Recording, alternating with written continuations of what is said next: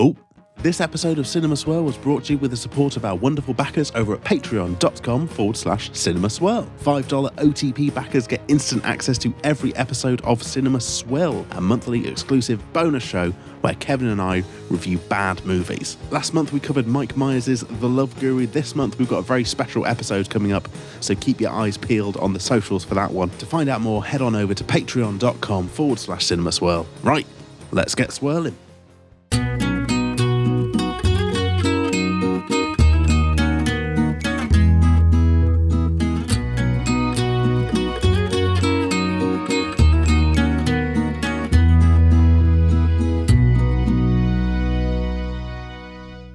Cinema Swirl! Sam on the run. Sam on the run. It's episode number 91. I guess that makes him the departed then, because he's went off on his little run. Yes. Hello, it's me, your old pal Cowboy Kevin, traipsing through the athletic fields of Hollywood, looking for all the athletic contests of movies that my OTP, Sam Chaplin, has not seen. How are you doing today, Sam, on this, the Field of Dreams? Only the band the Beatles could have been. I'm doing absolutely fantastic. And hey, we're still in blooming Oscar fever town now, I think. Also known as Hollywood, California. Oscar fever town, the home of the Oscars this year. Yeah. Still holding out for Bolton for next year, but we'll get the guys back down the council meeting. We'll put our best pitch in. Sam, something big happened. Seismic earthquakes, the likes of which 2022, hello from the past potentially. Hello. I've been seen in so many months, none other than our arch enemies, Simon Mayo. Oh, yes. And old Mark Mustard himself, Mark Kermode.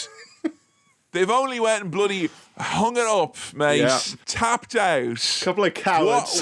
Couple of cowards with their millions of pounds and their lucrative new contracts. Yeah. But we'll all remember where we were on that rainy summer's day when we set that chain of events in motion. I like to think that we're the ones who dipped the prawn in the mayonnaise, if you know what I'm saying there, Exactly. Sam. Yeah. Once we overtook them in the charts, they knew they were onto a losing game. And it's been a long-winded process, a long drawn-out process of them realising that, it ain't worth bothering. Or if it is worth bothering, it's worth bothering in the commercial sector for more money. I just like the idea of us, just by hanging in there and making our podcast, we're going to outlast certain institutions, which is almost as good as beating them all the time, pretty much. I'm pretty sure the BBC is next on our hit list, Sam. Yeah, let's take... I think we should take it down. Let's take down the BBC. I think that should be the viewpoint of our podcast from here on out. Just take it down. Get rid. The ultimate goal thereof. Of this here podcast. Sam, last time we had an historic live vote here on the podcast recorded in the past, and we did come down to the wire with the Gladiator romping through the fields of Victorious Elysium with but one vote in its bared teeth. Oh, well, Kevin, I've got some interesting news for you, I think, in so much as after we had recorded that episode. Are you telling me after, in inverted commas, at time of record? After at time of record. Oh my God. And now at time of this record. Excuse me. Gladiator ain't winning. Gladiator ain't in the lead. What? By one vote, it has been overtaken by our film du jour today, The Departed. It was so close that the result has changed in the time since we cut off when the vote was going to... Because people can still keep voting after we say we've drawn the line. Yeah, honestly, a little peek behind the curtain there, and I've absolutely no reason for thinking this, and no rational or logic whatsoever. But once I've recorded this podcast, I assume all of you immediately know what has won, what has been recorded, and most importantly, what has been said. I don't know why, I just do. No. I can't help it. So yeah, it's changed. The result has changed. And I think we, after what has apparently been a second referendum here, need to honour the will of the people and...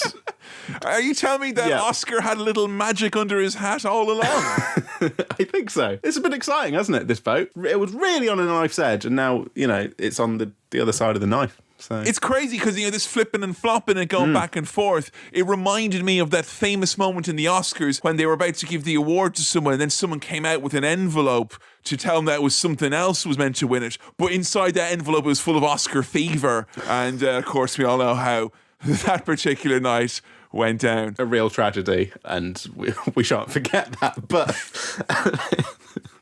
here today, we've got Oscar fever from sometime in the 2000s, 2006, 7. We were like, let's do Best Picture Oscars, and then it's like, all right, there's a lot of L shit here, isn't there? Now? So let's go with something cool. Like it was like a 90s/noughties Oscar. I think it's noughties Oscar winners. Naughties. So I think we are All firmly naughties. all naughty naughties, firmly in that category. And don't get much naughtier than the crime epic of The Departed. Marty scoring a goal on the podcast. It's good to have him back. Certainly, to have Martin Scorsese back on the swirl. Yeah, it's true, and I'm happy now that he's got officially more episodes of Cinema Swirl to his name than actual Oscars, which I think is what's most important for a real filmmaker to focus on. Yeah. And honestly, let's face it, the twilight of his career. And in honour of Mr. Scorsese, I will be watching this film on my phone. Oh, good.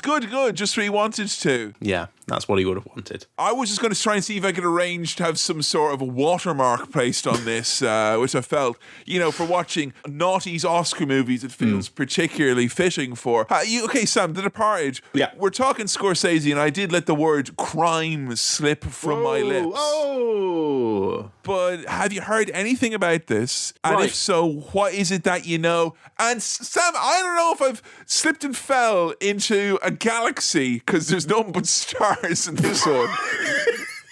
Now, interestingly, some of what I know about The Departed, once again, comes from The Sopranos. Oh! Spoilerish alert for The Sopranos. Mr. fucking Departed over here. There's a scene with Tony and Christopher. They're in a car, they're driving. It's quite an important scene. And they're listening to the Departed soundtrack. And it's Comfortably Numb, I think, by Pink Floyd is on there. And that's what they're listening to at a key moment, an important moment. Now, how the fuck do you know that that's from that movie? Were you watching with, like, Sopranos No, because- factoids in the corner? I didn't have Amazon's X-ray feature on. I had Christopher Moltisanti talking about, You were watching listen here, Talking T. Sopranos. No, like he's literally in the car with Tony saying, "Oh, T, the Departed soundtrack. I'm putting it on." Sorry, I thought that you were listening to his podcast, No, Talking no. Sopranos, and he's like, "Oh, the fun thing about this scene, listen up here, T. The fun thing is that this was actually the soundtrack from The Departed." As much as it is fun to hear those two lads do a little sponsor section for headphones every episode, I did kind of dip out of that podcast after a little while. But it was a fun time, I got a lot of respect for them. Yeah, he goes on about like, oh, this is the Departed soundtrack. I'll put it in the CD player. We'll listen to it. Departed, Pink Floyd, Comfortably Numb. So I know that song is in it. You know what's good to know as well, Sam, actually, is that if this had won last Oscar vote, which was previous episode, the episode 90 rhyme, brackets, you want some of this wine tea, that would have actually been just as applicable. Yeah. Some are saying, and I'm hearing you're saying that maybe even more applicable, and I accept that. This Oscar fever swirl episode couplet thing has been absolutely wild in terms of coincidences and, It's been a heady brew, to say the very least. Yeah, an historic occasion, if there ever was one on Cinema Swirl. So I know that. I know it's Martin Scorsese. Yeah? What do you come to expect from old Marty Score? What does that mean for you if you're going to watch that movie now? Those mobsters from The Sopranos like it. So I'm guessing there's some kind of mob angle to this. Scorsese known for some mob pictures, Okay, There's going to be a gangster component, I think. Sam's hands were clasped in the gangster spicy meatball position there. Yeah. Enunciating every word there. And as you mentioned, there is a galaxy of stars in this. We got DiCaprio, I think. Oh! Matt Damon. Cappers, Damos in the mix. I think possibly Wahlberg. Mark. Get me a double Wahlberg with, Is like a Pacino or a De Niro in this? Jack Nicholson, I think. Ah! Who may be making his debut. Oh, no, we did The Shining. I keep forgetting who's been on. I thought you were to say his debut film, Look at this guy. He's ancient, but he's good. Let's give him a whirl. Who would be making a reappearance for the first time since The Shining, I think. I don't think he's been back That's since true, then. because we're never going to do Batman on this podcast because Sam famously had to study it for his GCSEs. I did. Providing him with an unholy level of insight that I am too intimidated to withstand. It was good music. A star, off you go. Off to university. And here I am today talking about films on a professional basis. Other than that, It won Best Picture. It's got loads of stars in it. It's Martin Scorsese. It's a weird one because it was a Best Picture winner. I assume it is highly regarded. It's not one that people always chat about. Necessarily. It's true. Honestly, I remember seeing this, and when I saw this is when I would have been hosting the Flirt FM film review show, which was unfortunately titled exactly that because that's how inventive we were. But, I watched this in the cinema, reviewing it, talking as a stupid 20-year-old about, it's going to win all the Oscars. And, I remember at the time fucking loving it and adoring it and assuming this is going to enter into the rich kind of pantheon of, because I'd been fed a big diet of Scorsese movies by my co-host at the time. That was the first year I'd seen, Goodfellas and things of that nature and Casino and the like. And not only am I surprised that kind of generally people haven't talked about this as much and maybe revered it as much in later years, like I'm proof positive. I raved about the movie on a fucking community radio station and I've somehow had it there sitting in my favorites in various streaming platforms and it's come and gone. And I've never found the 3 hours to watch it, Sam. Yeah, and let me tell you something. This Irish man knows about lengths of movies, and he's not excited about this one. Just make it a limited series, Marty, okay? It's just 2008 or 9. Who would have thought such a thing? Yeah. Not even The Sopranos, who in themselves were in a limited series, could see the potential of that when they were looking at The Departed. We weren't in the golden age of TV back then, or we were. We were, but we didn't know it. We didn't know it. So it's a long one. This is going to be a long one. We had a long one last go round. Yeah. I dare say it silenced some of the naysayers and the critics I've invented in my head during anxious moments where I worry we talk about movie length too much. Well, those bastards. Yeah. Get out of there. I wonder what it is about this that hasn't brought it into the conversation very often. I mean, you're telling me it's gangsters and it's big stars. Is that literally it? Is it just like, it's the mafia. Here we are in Little Italy doing our mob business. Is there something unique about this? Like, what time era do you think this is set in? Oh, so I think this is present day. Present-ish day, 2007-ish. A lifetime ago. Yeah. I mean, now it would be a period piece. But at the time, it was at the time. You know what I'm saying? I know what you're saying. But then, it's not like it's because it's a relatively modern Martin Scorsese film. Like The Wolf of Wall Street, right? I'm not saying that's went into a cult of its own. Yeah, right, I'm not saying that's necessarily a classic, but there are people, a lot of them fools, who love that film. Millions of people love that movie. Yeah. Many of them correctly, and it's impressive that it's garnered such a reputation. It inspires such a hustle mindset, and that's why it's my top movie of all time. It's so it's not necessarily just a recency bias or the opposite of recency bias. There must be something about this. I'm not saying the film isn't. I don't know about the film. People don't think this is bad. Not, because you couldn't tell me. What does The Departed what does that even mean? Like, what's it in reference to? Someone leaves or dies. Are you staking your claim on a particular? Like, are we going to New Jersey? Is this one of the 5 families? What are you thinking is happening here? What type of a mob? Well, you've played Grand Theft Auto. You know all the different types of mobs. Yeah, I'm talking like mainline Italian mafia mob.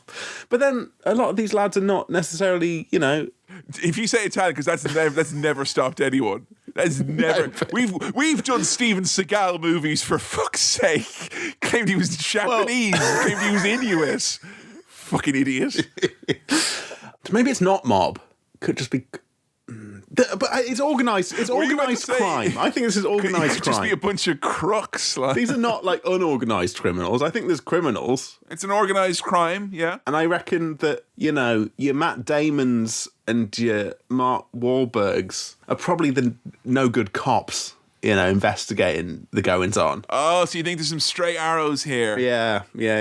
The Departed, someone's died, someone's going to die, someone will die, someone will leave, someone will go to jail. Someone will depart, I'm predicting, in this film. How much has Goodfellas stuck with you since you've watched it? I think I remember saying on the podcast recently that Joe and I watched it again there for the first time in like a couple of years, probably since I'd done the episode. And it just fucking wallops you over the head. That movie's so goddamn brilliant. And you get, of course, the added triple buffs of if you've watched The Sopranos, or even better still, recently rewatched The Sopranos. So has Goodfellas, is that have you watched that since we did the episode? I'm sure I've asked you this before at some point, but I just want to get your reading on it, seeing as we're going into another Scorsese crime caper. I haven't watched it since, but it's one of the ones that I consider watching again the most, if that makes sense. Oh, you should, Sam. You really should. I really do want to pop it on again, and I think I will sometime soon, because that was a belter. Oh boy, the whole shine box, funny like a clown. Come on. It's amazing. Sam go to the circus. The clown who was there. Yeah. It was amazing. Incredible soundtrack choice there from Marty. It has stuck with me. The man, Martin Scorsese, he's an incredible talent. He wasn't recognised by the Academy until The Departed, I don't think, for his work. You've mentioned Wolf of Wall Street. You've seen that, obviously. Have you seen any other? You've not seen Casino, I know, because it's not seen Casino to find for some reason. If anyone knows how to watch Casino in this day and age, please let me know on Twitter at Kevin Madden. I've not seen The Irishman, which again I'm kind of tempted by more and more, because that was another one where like people say, oh, it's great, it's brilliant, it's long, it's brilliant. And then it just kind of, no one's talked about it since, at the time. Yeah, honestly, I don't think I've thought about it other than bringing it up on this podcast that I watched it, that it would not have had any sticking power in my brain at all. But does the fact that it's Martin Scorsese tackling this well-trodden ground for you, is that a good thing? Or is that, is that making you more anticipated? Or I feel like we're in safe hands, You're in safe hands, safe pair of hands. I can't imagine that I'm going to hate this. I predict that I will enjoy it. I think you'll really like it, but I think for whatever reason, even if we gush about it, it'll dissolve upon contact with air then. Look, the sum of its parts adds up to a fucking massive number. There's so many parts that's here. True. Add those all up, and there we go. That's a big number. So, and it's not spoiled to say, Sam, there's some juicy parts in this movie, you know what I'm saying? Yeah. And let's take this opportunity, before we depart, to look in that juicy old mail bag.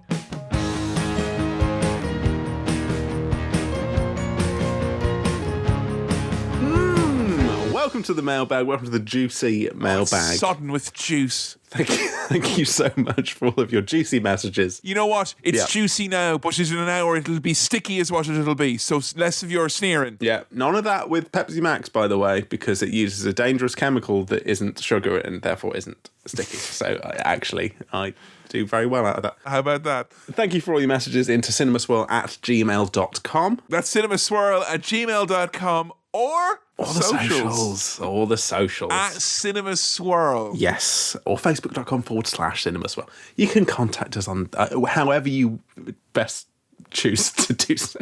And you can also contact us on our Patreon page. Yeah. And I'm just saying, if you did that way, we would feel it was a lot more urgent. So I'm not saying don't do that, but I'm saying that would be like the equivalent of the flashing red phone in the 60s Batman. I'll tell you what, no one who's ever sent in a Cinema Swirl question to our email address has ever used the just putting urgent in the subject line.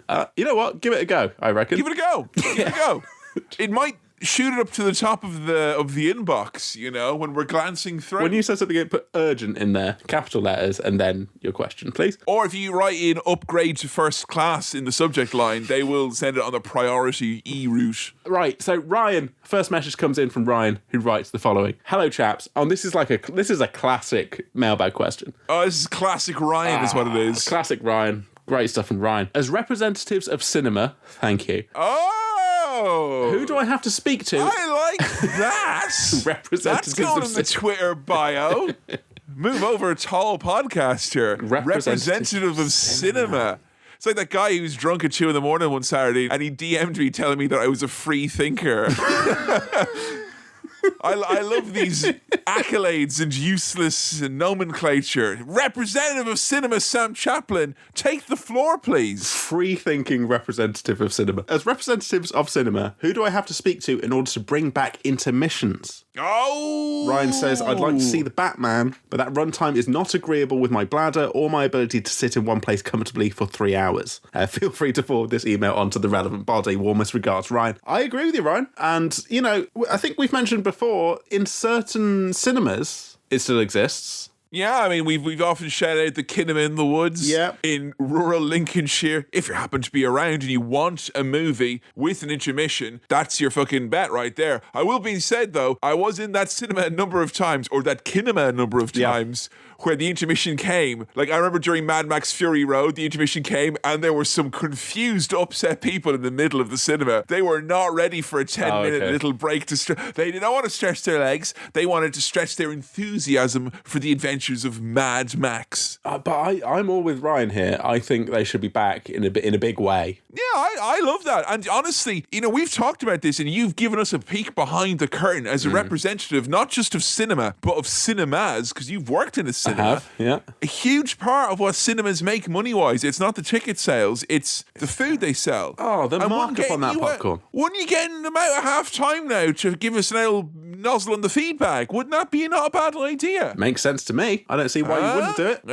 Yeah. And look, here's the reality. I'm 34 years old, and sometimes when I'm going to bed, I go into the bathroom and I have to have a good solid think to try and force my body to do a wee, because I know otherwise, in a few hours' time, Yeah. I'm going to have to take a middle of the night trip, and I'm not very happy with that. So I have on occasion, I did it before June. I knew that it was going to be a long one, and I knew I had a coffee earlier in the day. So I said, you know what? We're going to the toilet. We're going to have to spend a couple of minutes focusing to rid the body of the urine that your body's not telling you need to get rid of right now.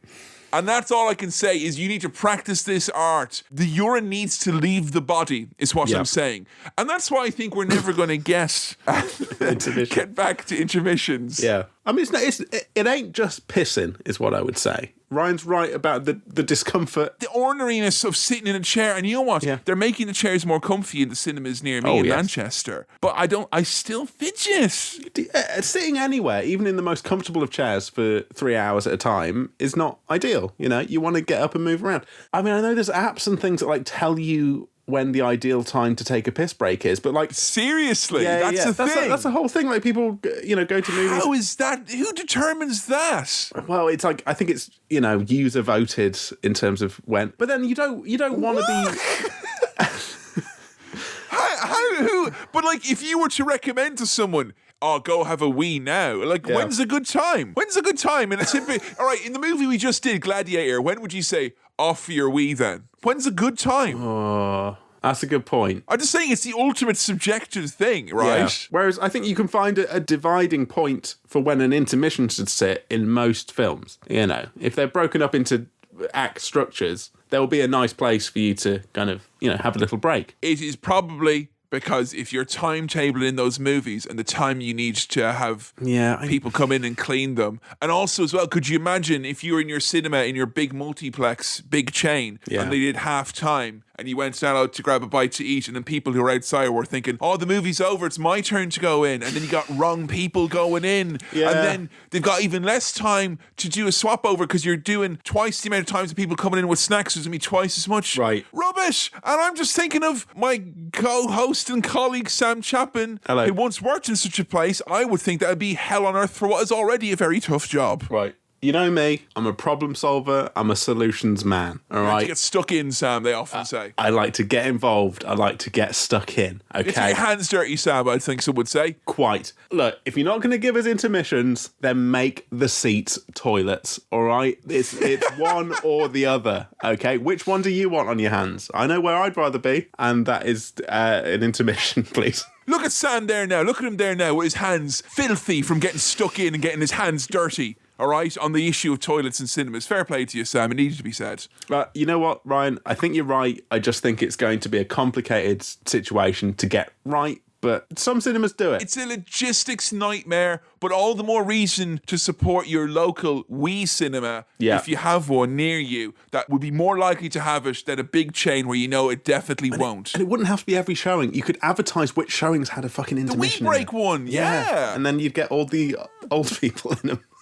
I'm just saying, if we ran a cinema, we'd run it fucking good. We got the brains, we got the experience, we got the brawn. hands fucking minging, laden with filth from getting her hands so dirty. We're representatives of cinema, so, you know, we could do it one day. That's a thing to aspire to. So thank you very much, Ryan. That's a classic mailbag question. That's right a great mailbag. That's going to the there. Hall of Fame of mailbag questions. Quick question here in from Kevin, who writes, "Hi, big fan. Why did I have to watch Love Guru?" Oh, okay. I like the cut of this guy's jip, if you don't mind me saying. I think he's got a solid point. Yeah. Looks like he's got a good following there on Twitter, so he should probably treat his question very well. I just want to say sorry, but I want to say that once again, I, Sam Chaplin, respect the will of the people. And it's what they wanted. You know, it's what they wanted, and what was worse about it, because we recorded it so long ago that when it came out, Joe started asking me all questions about it again, beyond what she would have asked on the day. And I was like, "Oh, yeah, you did that," and she started asking questions about it. Like, it was really hard to try and shut it down. And then we got into this endless loop where I had to explain to her the bit with Kanye West and Mike Myers at the end, because she thought when I'd said it earlier that I meant that the Love Guru was with Kanye West. I was like, "No, Mike Myers," and it just drug it all back up again. And I felt all the worse for it. Did you see that Mike Myers has got some Netflix thing coming out now? For fuck's sake. Fucking hell. Someone said we'd opened the forbidden door and let him back out. And then, this was... Who said his name 3 times in the mirror? I demand to know. So there'll be more Mike Myers content coming to a Netflix. Netflix, they love signing up, an Adam Sandler, a Mike Myers, Why can't someone evil, be in charge, properly, cartoon evil, like Mr. Schwackhammer or Vince McMahon be in charge of Netflix, and they'd be like, "Oh, I'm going to pay you, Mike Myers, but I'm going to pay you to stay at home. No more Mike Myers movies." I just want Mike to just sit in catering the whole time. That's what I want. You peaked with the Dr. Evil personal planner on the Game Boy Color, and you should have left it there, but you came back more, didn't you? For the cash grab. And here we are now. The fucking Love Guru available now on patreon.com/Cinema Swirl. That's patreon.com. If you're into that sort of thing, you're one of those weirdos who message me going, "Oh, I love listening to miserable people review horrible shit." Well, there you go. There it is. Black Tar Heroin Cinema Swill available now. It's very good content, by the way. You will enjoy it. It's a good time. Oh, that's nice. Yeah, isn't it? It's nice stuff. I did have my sort of finger over the button to watch Austin Powers on one of the streaming services the other day. I saw the little trailer for it, and I watched a bit of the trailer, and I thought, no, I can't. I won't. It's not going to happen. We watched it, I think, as mentioned, Joe and I watched it not that long ago. A lot more like a sketch show than any of us remembered. Oh, okay. Not that's a bad thing. I'm just saying. Yeah. I think, you know what, that's going to do it for our mailbag this week. Let's close it back up. Let's sip up that bag. Get rid of that juice. Get that juice back in there. Get it out of here. It up. Yeah. And don't forget, you can send your questions, queries, comments, suggestions, or general misc trivia and chatter to cinemaswirl@gmail.com. That's cinemaswirl@gmail.com. Well, Sam, I'm ready if you are. I know that we've checked the old timetable here, and the movie's about to come and take us away on the bus ride that is watching The Departed. Choo-choo. So, choo-choo. Let's go do a cinema swirl.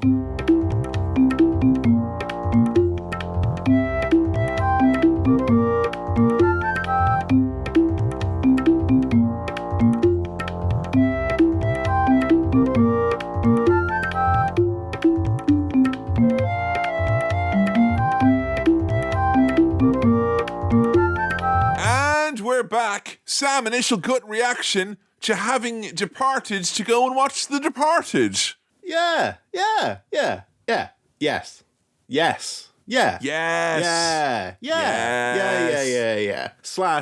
I miss The Sopranos. Oh, do you now? Yeah. That's the main thing I'm dying to know. There's no good time in the movie to slip it in, so we might as well front end it with the interesting bit. Yeah. Did it scratch that type of an itch for you? Did you get the Goodfellas from this? Was this more of that heightened drama crime world of which you're so enraptured by? It was, yes. It scratched a bunch of itches, but I'm not sure I feel like fully satisfied from those scratches. You know what I mean? Like those itches were scratched. However, is there still an itch? kind of, you know? I see. You know? It could be that there is still itches that are yet to be scratched. Yeah. You could be in some sort of a scratch deficit, basically. I think we should give a peek behind the curtain for everyone right now and know that in an unprecedented, after last episode, which in itself was unprecedented in many ways. Yes. But this go around, we were due to do our post-swirl. Yeah. And there was noise from workmen on Sam's end. Yes. So Sam said, maybe we should defer it. And then he did. And then it turned out later that it would have been all right anyway. Yeah. But in that period of deference, I had went ahead and secured other plans. I'm using the politician's thumb here. And Sam, as a result, you inform me you've seen this movie Twice. 2 times. What's going on? Which probably, I think this is... It's the first time. You've not even seen Goodfellas a second time, for fuck's sake. Here's the thing. It's unprecedented for Swirl. There is precedent for this for Swirl when I watched The Mummy from 2017 twice. But this is the only time that I've done this for a Swirl film, I believe. And possibly in real life as well. I'm not sure if you've ever watched a movie 2 times. So that's probably contributing to my kind of, because I've watched a 2.5 hour film twice within the space of 7 days. Because I thought, having watched it earlier last week, peek behind the curtain, that I might have forgotten some key, and I wanted to refresh myself and watch it again. I don't know if that was a good choice or not, but here I am. Yeah, I'm not sure if what that would do for you or not, because I've enjoyed having the couple of days to mull over it. Because I think, this was one of those movies, because of the runtime, which I think we got wrong and thought it was like an hour longer than it actually was at the start. Yeah. But I was up 7:30 in the morning for this bad boy. Early alarm was set, pot of coffee was on, I sat down, cracked open my notebook, and I got to watching. Scorsese would have wanted, to glance between notes in a movie.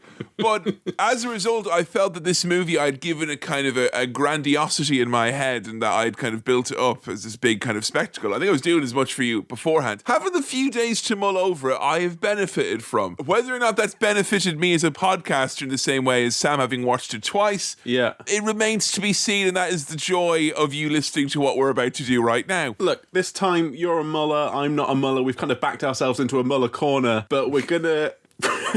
Oh, yes. Yes, I'd love to back myself into a Muller corner right now, but that's not what we're doing. You'd have to pay some people a lot of money online to back themselves into a Muller corner, or depending on which end of it is, that's all I'll say. And Sam, we have to address the elephant in the room, or should I say... Oh, there's an elephant, and I don't want to address him. Get over here. You didn't guess correctly. No. The type of mob beforehand. And honestly, I thought I gave the game away in that I basically almost put the fucking words in your mouth. Because as we all know, I am Irish, and Sam has clearly never heard of the Irish mob, because I was like, there's all sorts of mafias, isn't there? I even put on my special accent I do on this podcast and everything. It didn't even occur to me, but this is in Boston, and it's the Departed. Like Peaky Blinders? Is that what you mean? Like the English mob? Like Peaky Blinders? Oi! We're all wearing hats now. Oi! This is your Irish mafia, mate. This is your Irish mob. Yeah. And can I just say it, for all intents and purposes, I know, from the bottom of my heart, go on the Irish, huh? I bet you didn't think we'd have our own mafia now, did you? Huh? There must have been some subconscious part of me that knew, because originally we were meant to be watching this on St. Patrick's Day. On St. Patrick's Day! and I cancelled that recording, because I thought there'd be too much Irish for my English blood. But here we are. The hand-wringing attempting to control the Irish nationalism is Sam at his very English best here. And I do think they literally go like 2 lines into explaining this is the Irish mob. Hello, I'm Frank Costello. I am a Irish mobster. He was in there deep, much like Tony S, with his racial slurs and his racism and all this, that, and the other. Because if you are a gangster, you're also, generally speaking, a misanthrope, and it should be rejected by society at large. Jack Nicholson is here, looming large as a racist, a pervert, but more than that, possibly a mob man. And also perennially menstrually curious, it seems, in these early scenes. So. He picks out his favourite child that he decides, I'll tell you what, I'll make you me wife, sure. And that is the grim reality of it. Jack Nicholson here is Frank Costello. What do you think of the de-aging effects, which was mostly having him bathed in shadow? I didn't mind it. I didn't notice the de-aging effects. I just thought, they've just not bothered to age him up or down. I just kind of went along with it. That's the problem about Jack Nicholson. He's the type of actor who will stay in the shadows all the time anyway, and you have to kind of like bring him out of it, because he's quite what's the word to describe him? Not a ghost, more of a ghoul, I guess. Oh. That type of He cuts an absolute ghoulish figure. His face is scary. I was trying to kind of narrow down what it is about Jack Nicholson's face that's scary. His eyebrows have got a point to them. They've got a real ridge. Like, we all want to know, what is it that Jack Nicholson knows that has given him them pointy eyebrows? Those ever-knowing eyebrows that imply unknown knowledge for the rest of us. Eyebrows that only seem to exist on Jack Nicholson or on the me creation thing on Wii. You just have. And I'll tell you what, it ain't on the X-axis and it's hardly on the Y-axis. You're telling me he's plotting a graph with those eyebrows is all I'm saying. All right? Now, he is kind of flexing the muscle as you do as the big don of the local crime scene. Yeah. And he's going around kind of talking to the business owners, talking to this young boy here who he hears his old man's having a bit of trouble. So he sorts him out with baloney and comic books. Truly the Billy Rowland Beano of its day in terms of a noble gesture you can make to a youth. Yeah, I mean, he's absolutely coming around and picks this Matt Damon-looking kid who he kind of he knows his dad. I mean, it's amazing de-aging that they've done on Matt Damon here. Like that, move over Love Guru. We had some shonky stuff there in the swill recently, but this man, Damon, give it, he can play child very well. Very, very believable. He is fully just, grooming a child into being a cop to spy on the police, to be his inside man. It's real dastardly mob villain stuff here. Like, this is a long con situation, Sam, call it like you want to say. It's quintessentially Irish, isn't it? Because over in the Goodfellas, they groomed a guy by beating up the postman and giving him the good life, giving him the money. Sure, you know as well as I do, if I was giving Billy Rowland Beano, I would have been doing all fucking sorts. Exactly. Yeah. And it's very, very lucky that Frank Costello didn't enter into my youth as a result, and I was kept well fettered in Beanos and Billy Roll by my parents, so I wouldn't go down that wayward path. Who knows what this podcast would sound like in that alternate reality? We'd have Boston accents for some reason, is what would happen. And look, turns out, Matt Damon, he's been to cop school. He's a classic Bostonian homophobe, calling firefighters all sorts of things. Yeah, no, I was going to say, if there's two things in this life now... Can I just state, I didn't mean to imply that all Bostonians are homophobes. I just meant that he is those two things. Yeah, but like, if there's... I'm just saying, right, if you go into a hotel, don't treat the staff badly. If you're going to like be a human being in live in modern times, if there's two groups of people you're just going to willy-nilly disregard, all gay people, according to this guy, and all firefighters, well, enjoy your life is all I'm saying, because it's going to be very difficult for you in many, many regards. Absolutely. With that attitude. Terrible attitude to have. You're going to burn figuratively and literally is what I'm telling you. Meanwhile, Leonardo DiCaprio is also... now that he's involved in this mob movie, and I am Irish, so I thought I'd do some of my fun Irish mob bits here. Whoa, it's Leonardo DiCaprio, because... Yeah, no, very nice. Yeah, good stuff. Very good. Leo's here, training also to be a cop. They're all graduating from cop school. They're state police. They're staties. They're all in graduate training programs is what's happening here, basically. So their job as graduate training programs trainee graduates is to recruit other graduate trainee program graduates into the recruitment system so they themselves could be... Has anyone ever been a graduate training recruitment program graduate trainee? Because I feel like it's a scam. That's what I'm saying. Is the police a pyramid scheme? It may well be. It may well be, But yeah, staties, because it's Boston. So sure, they only have nicknames for everything. No. And that should be the state police that they're calling out. Staties. Or that's what we back around, that's what we call America. The Staties. You going over to the Staties? You're going over to the Staties now, are you? Well, bring me back some of those comic books I've heard about. Now, Frank Costello, Jack Nicholson, he, upon Matt Damon's graduation, gives him a little gift, a box he opens, he looks at.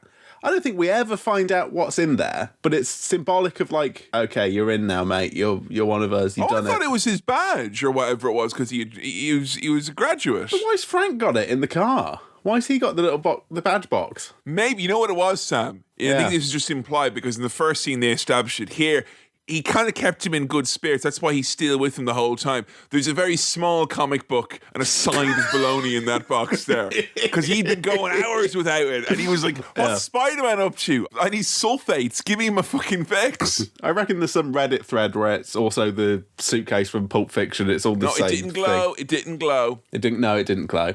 It didn't glow. So they're both going into the Special Investigative Unit, yes, which is as close to the wire as we get in this particular movie. And who's heading up the SIU? Why, it's Kevin's old arch quiz rival from back in NUI Galway. That's right, it's that son of a bitch, Martin Sheehan, who, with his love of chicken wings, was not matched by my love of trivia. Right. And he can go fuck himself as far as I'm concerned. We ran him out of that university like a common pygmy. Not this Martin Sheen, right? This is just this one. I've told this story before. Have you?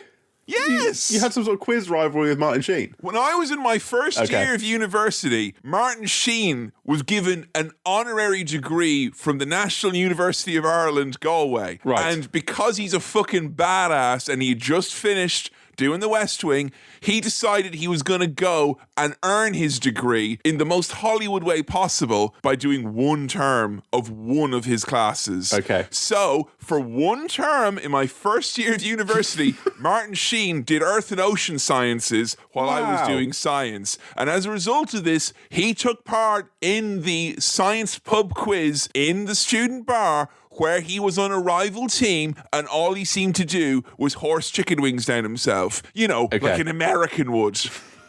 One of those staties would. Whereas over here, where I come from, Ireland is a matter of interest, in case you didn't know, fucking Martin Sheen, who spends the entire movie trying to bring down the legitimate Irish mafia. Thanks a lot for that, by the way. Thanks a lot for that. We're not trying to steal my fucking chicken wings and my fucking kudos for being good at quizzes. And he wasn't focused, was he? He approached the quiz, Sam, in the same way he approached his studies.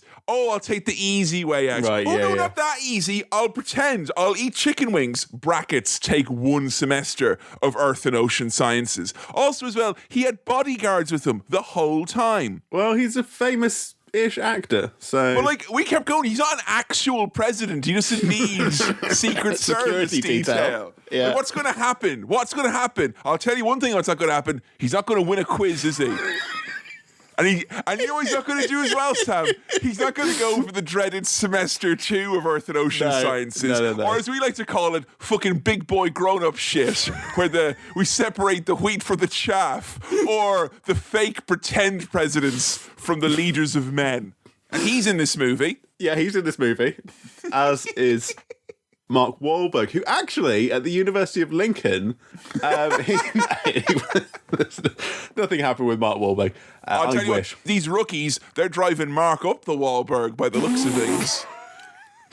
Yeah, so Leonardo DiCaprio, his character he's like related to criminals and stuff. He's a kind of... He's not in the way you'd want though, Sam. No, he's not a criminal himself, but his family have all been involved in crime apart from his dad. But his dad was dirty as well. He was kind of, on the take, so to speak. Yeah. I'm not sure what sort of trailer park boy shenanigans that they were up to, but when they mentioned that he was a baggage handler at the airport, I just thought the worst of it. I thought he was ganking luggage and that's why he got killed. So they're having a go at him, right? Because they're like, come on, mate, you're just pretending to be a cop. You want to appear to be a cop. You're not a cop. They're really laying it into him, laying it in thick. Not a great job interview. Now, usually the 2-on-1 isn't particularly good. Not as bad as the dreaded 3-on-1, but bringing up your murdered father is a weird dynamic, isn't it? This Mark Wahlberg, Martin Sheen thing, they've not really got a good cop, bad cop. They've got kind of good cop who seems to call everyone cunts for some reason. That's their kind of dynamic. Mark Wahlberg's very aggressive with his language. Well, what I noticed here, Sam, it was like they had kind of a good quiz, bad quiz vibe going to them, because Wahlberg was there, he was addressing the points, he was conferring, he was asking questions. Yeah. But for the lack of chicken wings and fucking sauce all over his mouth like a toddler, he looked like a toddler, actually. when he was eating these wings. It was quite similar. He just sat there twiddling his thumbs with a position of power that, as the scene went on, seemed more and more unearned.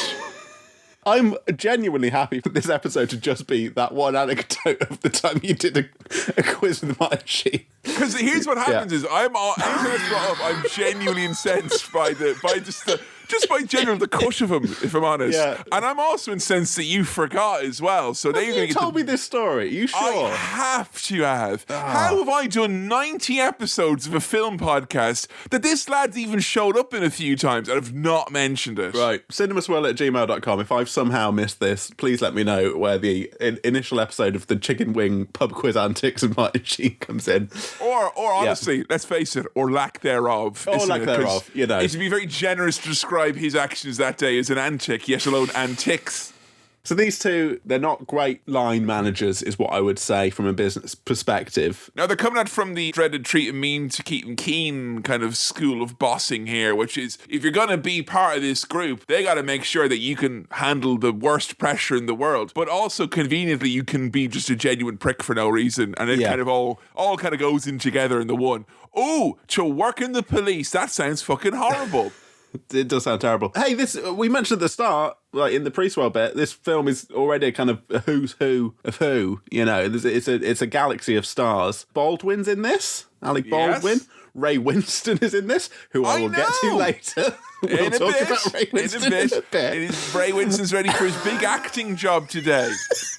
Or he's just shown up in the clothes he went to bed in and is going to do whatever. Can you guess which?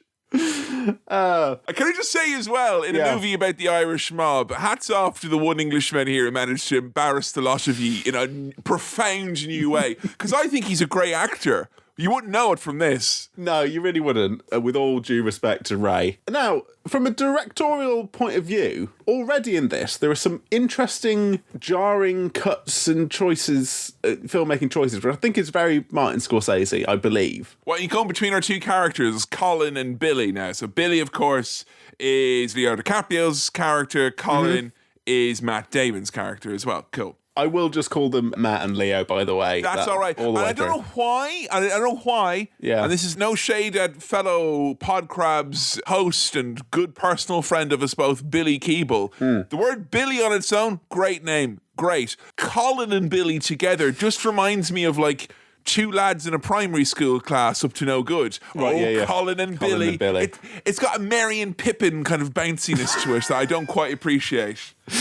So yeah, there's a contrast between these two. Matt Damon, his character's buying a big old fucking apartment with all of his evil mobster money. And he's got evil mobster money and money from the police which money. is also evil as well. So he's got...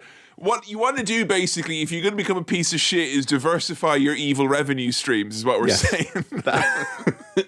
He's stacking fat stacks of evil cash. Leo, meanwhile, his mum's just died. There's some really weird cuts in the funeral scene where there's like a fade to black, but then we still stay in the same location.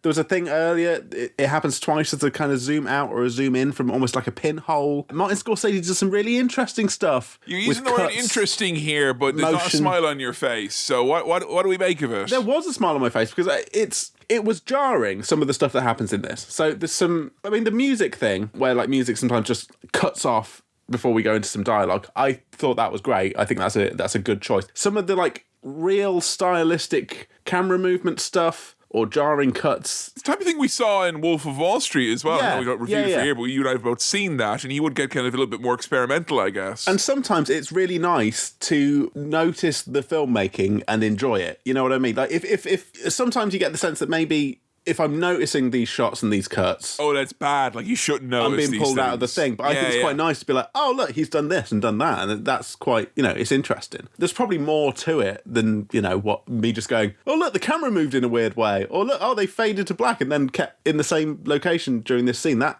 what's going on? What does that imply? That's why Goodfellas was so mind blowing for its time because like I watch Goodfellas and I think, geez, that's I only watched it recently and I still always think when I watch it, oh, it's a breath of fresh air in the way that the movie is cut changes as the characters change throughout the movie, and like you compare like kind of the coke fuel scenes later on with the kind of, you know, the sleepy neighborhood scenes at the start of the movie, and I kind of like that. But I would say I agree with you for the most part, but it does feel on one or two occasions that he is just kind of doing something weird for the hell of it almost. And yeah, sometimes maybe it's coming across as like smarter than it actually is, and it's just, let's show off that we can do this. Well, there's nothing smart about Billy's choice here now, because Leo has been given the opportunity to go undercover. But you want to go undercover, you got to do it actually proper. Like, you have to do the full whole hog. So he's going to be sent to prison. Goes to prison on assault charge, and he's going to get a tax-free stipend, which is how they convinced me to do my job at the University of Lincoln. So I'm not calling the University of Lincoln a prison. It was a very liberating experience where I met Sam. It's the opposite of a prison. It's less of a chokey and more of a breathy is what I'm saying. Yeah. But, you know, he's going whole hog. He's believing the character. He has gone to prison. And you would think, oh, a guy going undercover going to prison, this is going to be like a big chunk of the movie. It's like, no, boom, The Departed, he's out. Here we go. Fucking movie starting now. I thought that was going to be at least a third of this fucking movie. I was like, okay, I see where we're going here. We got one. No, just a montage with some, you know, fucking Dropkick Murphys over the top of it. All handled in quick montage form, and then he's back out again. Oh, you like that song though, did you?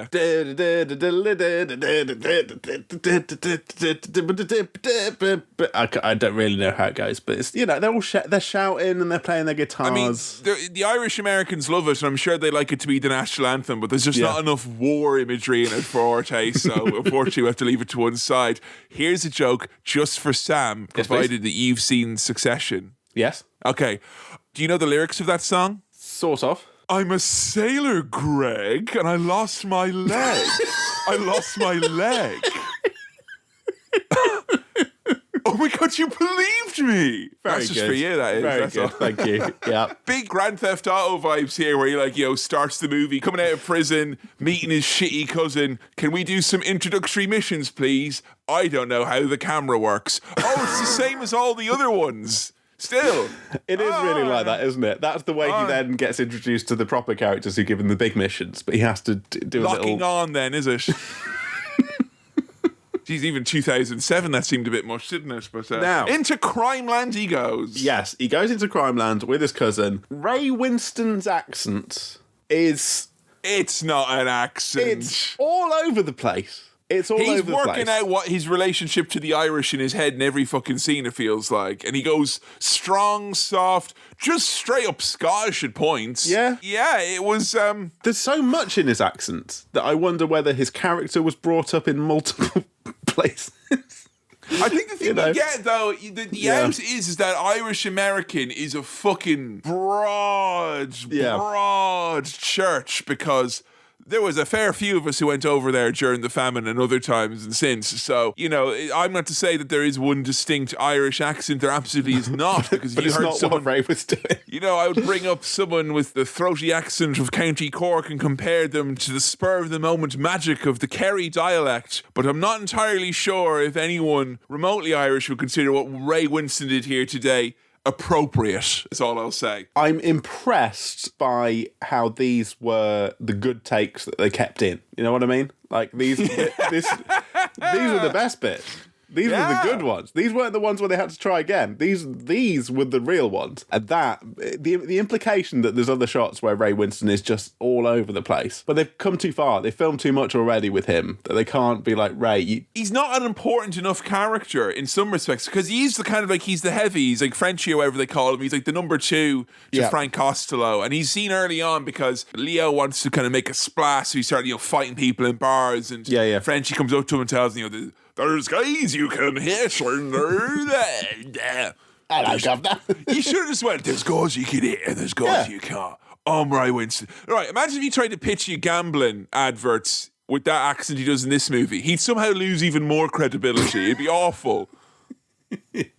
Well, he certainly took a big risk with this performance, and I'm not sure it paid dividends. But you know, it's enjoyable for what it is. For what it is. So yeah, Leo's, you know, causing a ruckus in a bar, getting involved in this crime gang. He's already worming his way in. Meanwhile, Alec Baldwin and Mark Wahlberg, they're talking about nailing down Costello, Jack Nicholson. He's involved in microprocessor theft. He's stealing those microprocessors. Chip theft, and no, not the fun type that I get involved with every week. It's a different type, and it's very serious. Yeah. And the cool thing as well is the top team doesn't even know anything about the undercover people because everyone's so paranoid about leaks and people, you know, being on, you know, feed info to other parties who may be interested. And I can't remember if you watched The Wire. No, I haven't. No. So I always just randomly drop in, assuming you have. Yeah. I mean, what did you think in terms of the intrigue of, like, you know, because a big part of this is like leaks and not knowing who's on whose side. And I know some people I've watched this movie with found that quite frustrating. But in terms of the highbrow, who actually knows what, did you kind of figure at this point this movie was going to do a lot of this stuff? Did you enjoy it? Did it make it confusing? What was it for you? You know what? The very basic plot of we've got an undercover cop and kind of an undercover criminal working on different sides and trying to sniff each other out. That's a great story. It's really, and I think this handles it very well. And there's a lot of intrigue and fun to be had. It's good something good comes out of the process of undercover policing, you know? What?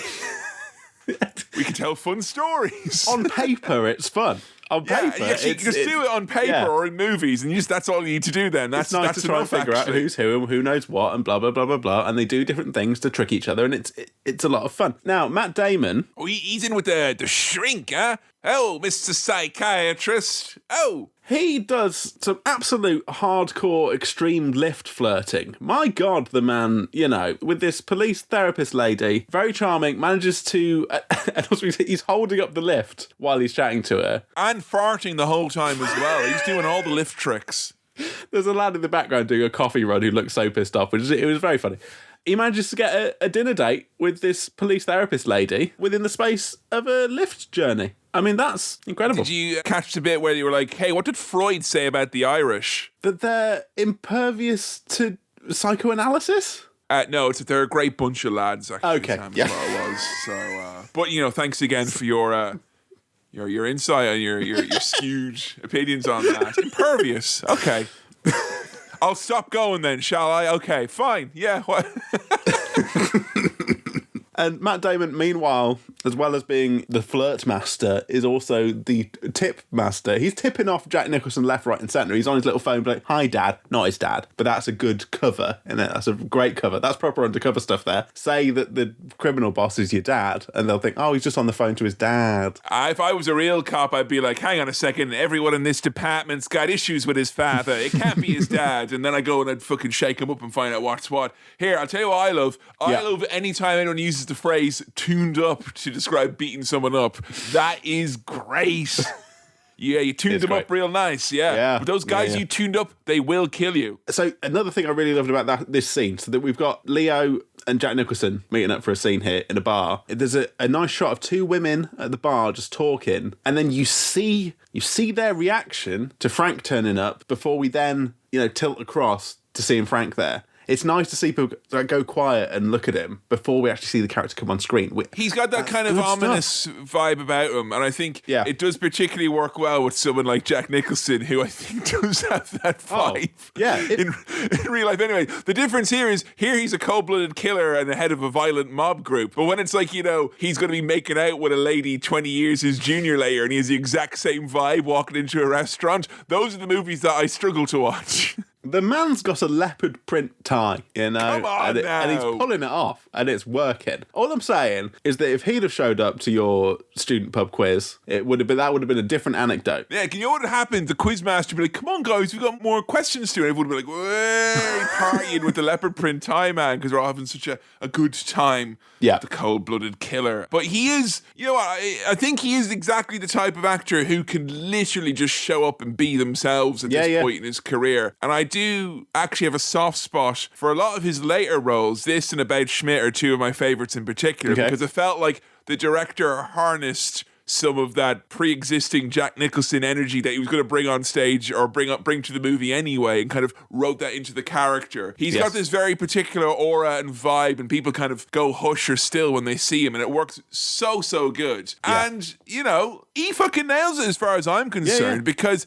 there's not a second where you don't think, oh, there's Jack Nicholson there now, but that's everything that implies. You expect him to be volatile and violent, and yet it's still surprising when you see these moments of him being like, oh, it's not just Jack Nicholson being an old man. He's going to come in with his hands covered in blood in random scenes, or like, you know, do little things where you kind of realize you know nothing about him. I love when directors play off what you expect almost from an actor, and it's like, yeah, it's Jack Nicholson. He's fucking around with some, you know, dead person's hand or whatever. Jack's whole unpredictable vibe really suits mob boss leader, doesn't it? It's such a fitting character for him. I know, you know what? I'm surprised there's not more Irish mafia stuff now, given that. Yeah. You know, people got to be getting sick of that Italian mob. They're getting sick of it in real life as well. Irish mafia, I can only assume, is going from strength to strength. I love as well this horrible scene where they have to check him for wires, bugs, showing you how serious they take this whole goddamn thing. They crack his cast open like an Easter egg, Sam. Oh, it's horrible. Yeah. Beating his arm with a shoe, asking him if he's still... I do like that despite being in the fucking mafia or whatever they're in, the approach to working out whether someone's a cop or not is just be like hitting them and saying, do you swear you're not a cop? Swear on your mum's grave. And that's... enough, I mean, it was closer to the punishment that Dennis the Menace's father used to dole out, or at least threatened to dole out. You know, he would always be brandishing, although it was a slipper, wasn't it? Yeah. Now, I don't know if I've made this up in my head, because I used to, I've mentioned the Beano earlier, I might as well go hog now. It was either in a Beano annual or a special edition where they would do like a big pull out, and it was like you could see everyone in Beano Town's house or whatever it is. And either Dennis's father, who looked... let's call it like it is. He looked a little bit too much like Hitler for anyone's liking back in the day. Yeah. But Dennis's father either had, I can't remember which now, he either had a car with the license plate Slipper 1, or he had a car that was in the shape of a slipper, so that like any time he'd pick up Dennis from school, he'd be like, oh, Jesus. You know, he was fucking terrified of him. But like, it was too much...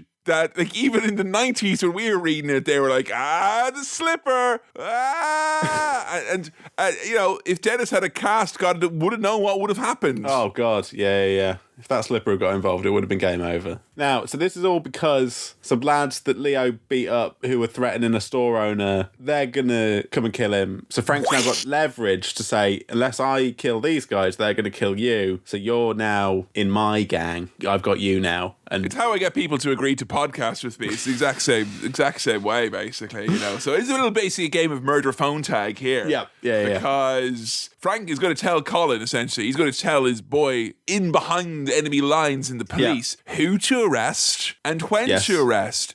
And unfortunately, these police are so obsessed with duking the stats and putting a bow on it and getting an arrest that they'll just eat any else shite that's spoon-fed to them. You don't really need substantial evidence. You just need a little bit of evidence that's been obviously planted. You just need a collar, that's all. And you know what? I did like some a very good policing joke here. Now, the lads who were beaten up, who were then threatening to kill Leo, they were from Providence. And there's a bit where...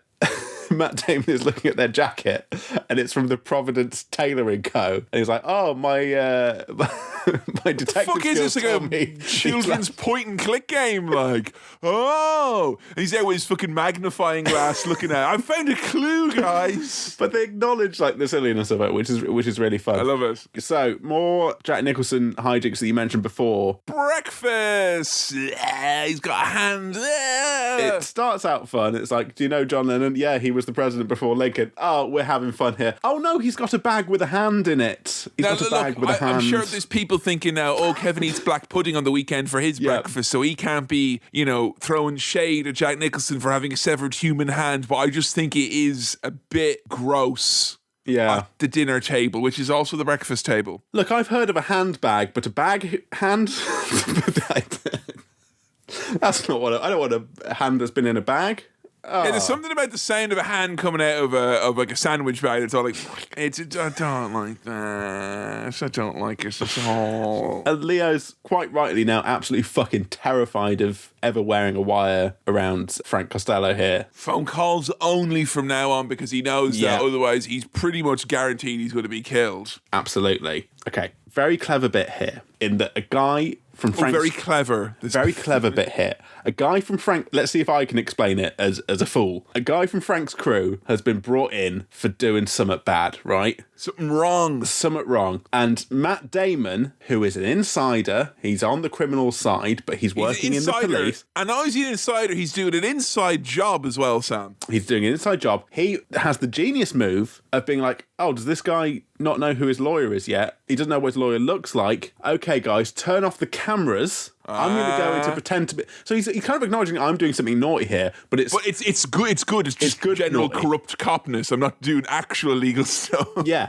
but actually he's... So now they can't see him or hear him. He goes in there to pretend to be the lawyer, so they think, but he can actually sneak in, tip off this guy, get this guy to make a call to Ray Winston to say, they've got this guy in, he's not coming home for supper, you know? Oh, what an Irish way of tipping someone off, not coming home for his tea. Lovely, that. Now, the problem is now, if you try to have like the Manchester mob or like the Leeds mob or basically any mob from the north of England and they're like, he's not coming home for dinner, and they'd be like, what, you mean like lunch or dinner or any of the and then it's too late, the cops are already there, they're already there, and you don't know now, do you, north of England? No, I would tip off by saying I'm not coming home for my tea, and then you know.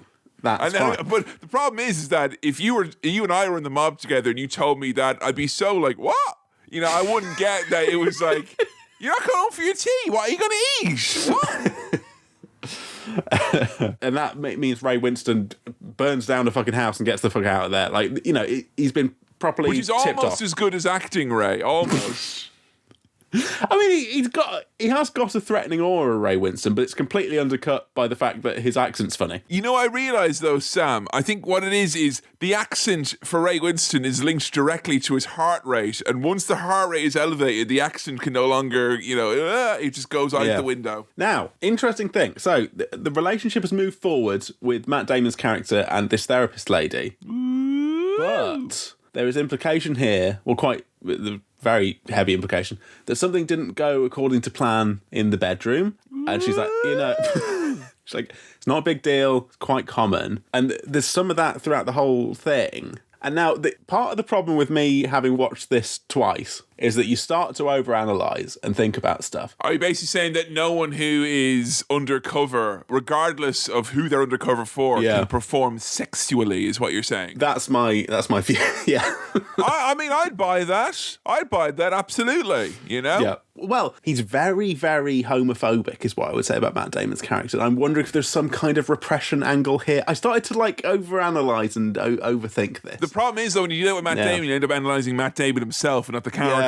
So there's an issue there, Sam, okay? You can't be mixing those two things up. But there's something going on, and I'm wondering if Martin Scorsese and the writer here are doing more work than I've realised, or I'm just kind of, digging too deep. But, right, their relationship is going, but it's not. But there's some things up. But I think you're probably right there, because at the same time we're showing the parallel with Leo's character, who is, pretending to be a baddie, but is actually meant to be on the side of the law and whatnot. But he's having counselling as well. And if anything, he's suffering just a lot more outwardly because he has people like a therapist or the few people, the cops, who know who he is. There's only two people, I guess, who actually know what he is. But it seems that shadowing Ray Winston has fucked him up long before the accent even got involved. Yeah. And they just show kind of a montage. And before you know it, it's like a year. And a year of doing incredibly violent stuff, of like killing people who are like on their hands and knees begging not to be killed, just shooting people in broad daylight in cold blood. And he's on the Valium now, which is what my granny was on before she died, which makes me think that my granny was probably undercover for the Irish mob at some point in her career. And you might think, no way, Kevin, she was 99. She had plenty of time. Plenty of time.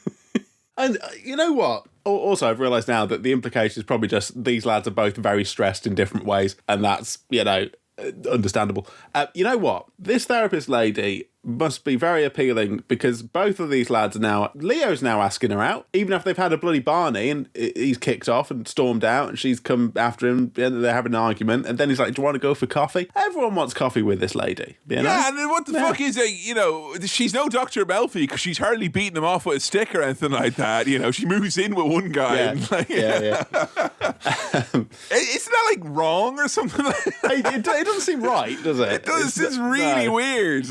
Alec Baldwin, after this, reveals to Matt Damon in a little meeting thing that there is a mole within the crew. So now Matt Damon knows that there's someone within Frank's crew who is a mole for the cops. You know what I mean? And they're going to try and flush him out, basically. Yeah. So he's ringing his dad, Frank, to be like, something's going on here, you know. But it's time for the big deal. The big microprocessor deal. Big chip deal. Look, you and me, we both love a big chip deal. Oh, down yeah, the local Jesus gastro Christ. pub. Absolutely. You want to triple cook these big chips in the big chip deal? Okay. And the cops, they've had cameras set up in this location because they've got an insider who knows where it's going to take place. But the crew have just, and this is very funny, the crew just step into a blind spot and they can't be seen by the cameras. And Matt Damon has been completely caught unawares by this because of the kind of the planned secrecy of this, like, you know, undercover unit or whatever it is, so no one really knows. And you get, I'll tell you what, you'll never get this with your touchscreens. There's something about the drama of a man trying to work the numpad and do a text message blind. That you're gonna have to move your way around and find the braille bumps there, baby. That's fucking impressive. I mean, the thing though with the old school phones with buttons is that is possible, right? You can't do that on your smartphone. You can't. Like you want tension in a movie, right? Attention in a movie now would be me trying to use my phone to like do anything. But quickly, Kevin, order a taxi. Yeah, sure. Oh, right. No. You know what? Let me try and send Kevin a text in my pocket. All right, I'm going to see what I can do here. Okay. I'm just going to do it. Oh, it's going to be in my pocket. Okay. I'm going to have it open on you just because that's what he had done as well before he stashed it in there, okay? I'm looking at you. You know, I just realized I don't know the scale or the size of my phone screen's keyboard. I'm going to look now at my actual keyboard because I'm doing this on my laptop and I'm assuming it's the same. So I'm looking in your eyes. I'm pressing the buttons. I don't know where send is. So I'm just going to pull this out and I'm going to just hit. Oh, I haven't actually typed anything. Nothing was typed. I've sent you a message. Okay. I maintained eye contact the whole time. I do realize as well that I have autocorrect on, so I may have been aided by the cloud in my endeavor here. So I believe I texted you, hello, Sam, how are you? My name is Kevin, and I am your friend. Okay. Hello, Sam. How are ho? My name is Kevin, and I am your friend. That's pretty good.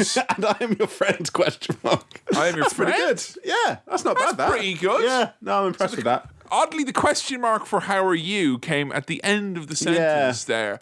But I don't know if you would be able to glean sufficient information there now that your tea is not going to be ready and you shouldn't come home. No, you wouldn't. I don't know. And that was really hard for me to do in a pocket to the point where nothing actually happened. Wait, did you? You didn't send me anything. I know I didn't send you anything because it wasn't happening. I could try and send you a text with my eyes closed, but I don't think that's the same thing. That's fucking ridiculous. I'm going to be fucked now when the police come. Thanks a lot. So, it's the microprocessors, it's the big handover, the big deal. We've got the Chinese mafia, all with their automatic weapons, which incenses Frank Costello because they're an immediate life sentence and he thinks it's just stupid to wander around with such a high risk. I appreciate the down-to-earth nature. He won't be in the position he is if he didn't have sense like that. Although there's a real implied character weight by the not implied by the way he says in this country and kind of shakes his finger around and gets really angry. You know, he's a right racist weirdo, Frank Costello, but fine. It's a big bravado match between these two. They're doing the big deal.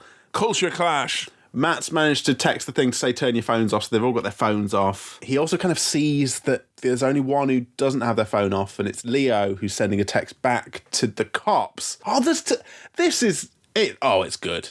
You're liking this because this is the first kind of real, like, proper, cat and mouse bit of business we got going on here. I love as well Alec Baldwin, whose character is meant to be like, the straight arrow, the guy in charge, level head, everyone kind of defers to him, and he just beats the shit out of the audio guy because he's so stressed out about it. Yep. Again, awful place to work. Seems terrible. like the mafia has the edge in terms of, I'm just saying on Glassdoor, Irish mafia is scoring a lot better than the Boston Police Department. So the deal goes through, although Frank, it turns out later on, has sold them dodgy chips. Oh, Sam, We've been sold a nothing few gets dodgy chips in our time. No. In this country, we do It's a complete balls up from the cop's perspective, but from Frank's perspective, this has gone, excellently well. It's an ease up for Frank, but a balls up for the police. Exactly. But the two undercover lads, so the undercover criminal, undercover cop, they now know about each other and are trying to smoke each other out. They're both trying to rumble each other and find out who's who. That's intense. Here, what did you make into the following morning when Madeline comes in and she's like, hey, you want a French donut? And it's a croissant. Now, that is... I'm not saying I disagree with it, but we can all agree that's a big statement right there. French donut is a croissant. I love that. I think she's saying that as a joke, right? That's a goof. But she was saying in kind of way as like, everyone says these are fancy, but they're just donuts, basically. I mean, I don't know. Like, it is still acceptable to have, like, a croissant for a weekend breakfast, I think, is a fun treat. Yeah. But I would personally feel strange if I ate a donut for my breakfast, because I think I get all sugary and then I'd crash out at midday. But I don't think I'm basing that on anything other than categorization, Wilmot's Warehouse style, that this circle happens to be a dessert and this crescent is a breakfast food. It's pronounced croissant, mate, but... Crescent. Crescent. I just thought it was a funny goof. Do you want to know how me and my dad used to take our croissants back in the day when we first got introduced to croissants? How? Well, we first got introduced to them when we went to Marks and Spencer's in the late 90s and they had croissants. We brought them home. We were all very excited. And me and my dad put them in the microwave and they go all soft and squishy. And And I'm not going to lie to you folks, I love a good, delicious, proper croissant, and I understand what I did there is an affront to the French people. But a couple of years ago, there was croissants at home when I was visiting my dad, and he went, I still put them in the microwave. And then he grabbed my shoulder and went, and they go all soft and lovely. I've had them like that. It's nice. He's been living his dream all these years, and I've been a poser over here in another country. No, this is great. I love when they get all over the bed. If they were soft, you could squish them into an orb and eat them much quicker. It's efficient consumption. Efficient is what it is. Now, if I say the term Wagatha Christie to you, does that ring any bells? It does. It rings many bells. Because I think that's a real parallel here, and probably... Because these two lads, they need to kind of like get information out to determine who knows the information. You know what I mean? There's false flag operations to smoke people out is what's going on now. Exactly, which is what Colleen Rooney did with Rebecca Vardy in terms of a private Instagram account, sending out stories that looked like they were for everyone, but they were just limited to Rebecca Vardy, so that when those stories leaked to the press, she knew that it was Rebecca Vardy. And I'm assuming incredible stuff. That Vardy is Damon in this situation, right? Yes, I think so. They both have a little bit of Colleen in them as well, to be honest. Let's not mince our words here, folks. Come on now. But I'm just saying that the Departed may have been an influence on that incredible story, or somehow vice versa, because I'd love to see a film like this about that, is all I'm going to say. Yeah, therapist lady's moved in, French donut, fine. But he has to have a heated discussion about the mole situation on his balcony, which Madeline, therapist lady, can see. She knows something's up quite early on. He can't keep these two lives going forever, can Matt Damon, particularly as well, paths. Hard mode, your partner is your therapist, Oh, it's God. just like, Jeez. Like, Joe cuts my hair now, and that's added a whole other wrinkle to our relationship. That's like there's a power dynamic that is here in year 8 of our relationship that was not there in years 1 to 7. No, and I'm here for it because I have very nice hair right now. Lovely head of hair. Well cut. I'd be lying if I said there wasn't a 1% chance of me that is fearful of not, whatever comes. If I'm fearful, I'm just saying of situation. Being very careful with his words. I am, because I know, like.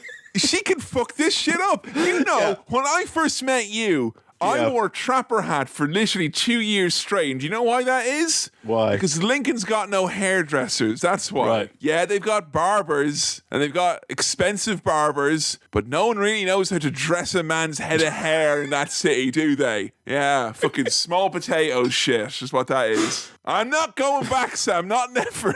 Frank sold those Chinese lads fake microprocessors, and he's out on the street chatting to Mark Wahlberg and Martin Sheen about it after the fact, just in broad daylight. They're just having a chat, which There's again, nothing they can do about it. You know, I love that. He's like that's the most Tony Soprano thing that he does. He kind of confronts it head on. You know, the fact that it reminded me a lot of like when Tony used to chat with the guy from the FBI, and they were just kind of, in a way, not really, but in a way, kind of like colleagues or in the same field, and they were just kind of chatting about this stuff, and they can't do anything about each other, but they're just having a kind of, you know, bantery chat. But they obviously having a kind of a sandwich of sorts of meat, cheese, I guess provolone or some such. But fucking hell, Frank's an FBI informant. Oh! Now, when they said that, did you think straight away that, oh, that's exactly it, that's what he is? Or did you think, nah, that's just some misdirection that's been thrown out very carefully? The character who said it was kind of, by his own admission, high as fuck and under threat of violence. So you kind of think,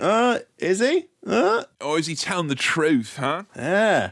And this comes back to that thing that I find in all true crime documentaries or indeed telly stuff about police, where the fucking FBI and the state cops and the district attorney and there's so many different groups. Fucking mayor.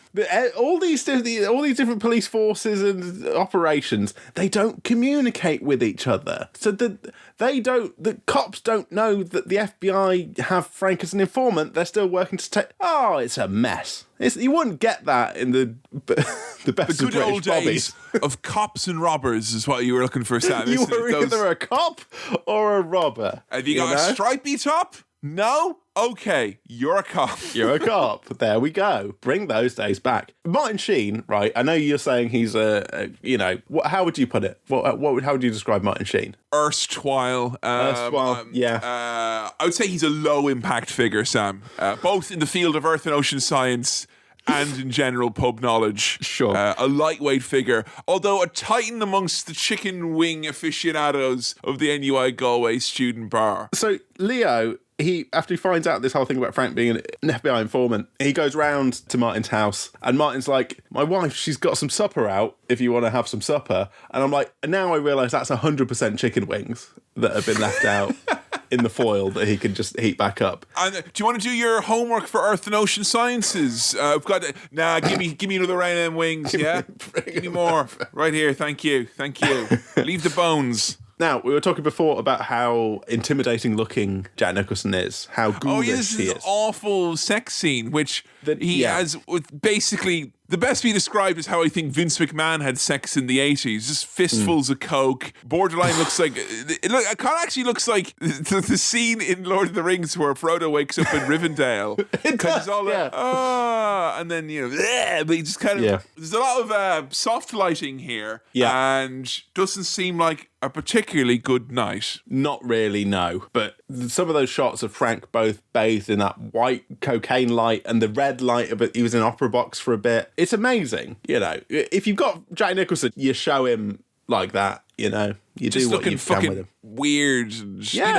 I think, honestly, the point of the scene was just to be like, this is what he does, this is what he likes doing. He'll probably do this until he's 100. He's, that's the scene that makes you go, he probably is an FBI informant because he doesn't want to give up his, fistfuls of coke evenings. Yeah.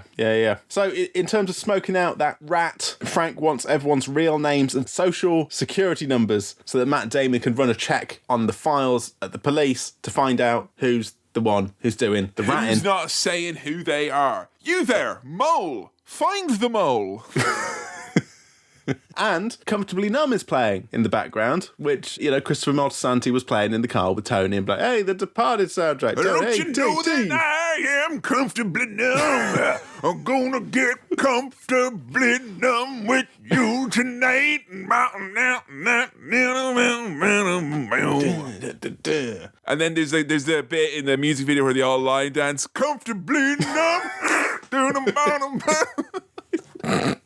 But Leo don't want to give up his real name and his social security number during this bit. But he writes the word citizens correctly on an envelope in a marker in a distinctive way, and we keep looking at that envelope, and I'm like, okay, something's up with this envelope, fine. Oh, and also, I mean, I'm kind of all over the place, but he goes to Madeline's place. They're getting off now.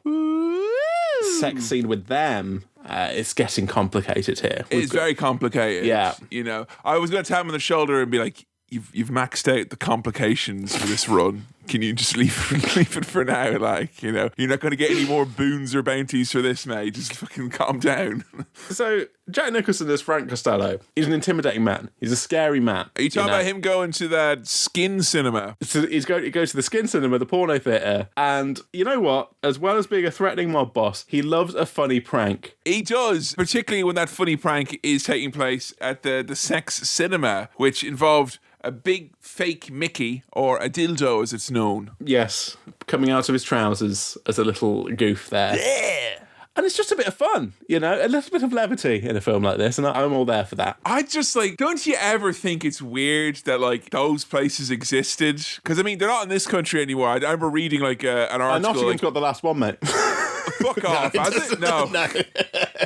Cesspool. But, like, isn't it weird that, I know it's still a thing in America, I'm sure, but, like, it's strange, isn't it? Like, I guess, you know, I would have thought once the internet came that would have been done and dusted, but they were running to, like, 2013 or so in this country, as far as I know. Yeah, I think there's a certain nostalgia value to it for certain people. For people of a certain vintage.